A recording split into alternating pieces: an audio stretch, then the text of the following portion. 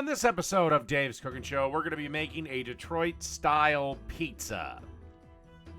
First thing we got to do is make the dough. As you can see there, I got a cup of water at about 105 degrees, a little bit of instant yeast, and a teaspoon of sugar. Just going to give that a little swirl to basically dissolve it and let it get activated for just a little bit. Like I said, it's instant yeast, so you don't got to typically dick around for the couple of minutes. All right, then we're going to dump 2.5 cups of bread flour in the bowl. Also, don't forget to add a teaspoon of kosher salt and 3 teaspoons of olive oil. All right, and then get the dough hook attachment on your mixer working for you. And basically, you just want to knead this dough until it's relatively smooth and everything is in one big ball, and then I'll show you what you do with that.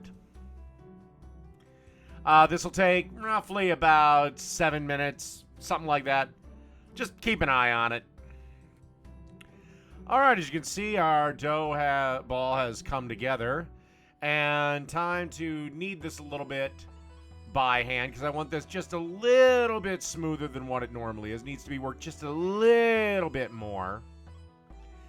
And once you've got a pretty much a perfectly formed ball, I'll show you what we're going to do next. All right, now after you've gotten it into a ball, time to take a rolling pin and roll this out until it can fit into a 10 by 14 inch baking dish. Or a Detroit pizza pan, whichever you happen to have. Okay, I apologize for kind of the commando way I shot this. But basically, you just want to kind of grease your pan up with a little bit of olive oil and then place the pizza in there. And then you want to grab a towel, cover it, and let it rise for 1 hour. Just leave it on the table or on the counter. If you make sure your oven's not on, you can also proof it in there.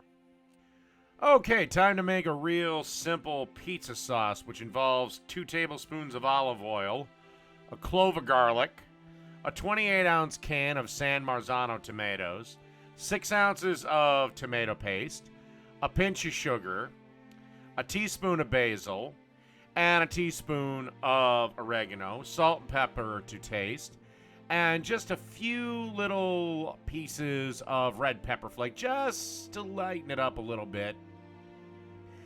Turn this on. Then you want to just blend this for a couple of minutes till everything is nice and incorporated. Now, there is a debate. Do you pre-cook pizza sauce or not? I personally am these days leaning to not cooking the sauce. I think it should be a virgin sauce. But hey, if you like your pizza sauce cooked, and sometimes that's my mood too, by all means, go ahead and cook it. But put it in a bowl and set it aside. Okay, once the dough is proof, the hour is passed, you kind of want to pick the dough up and just work it a little bit. You just want to make sure it can fit in the pan completely.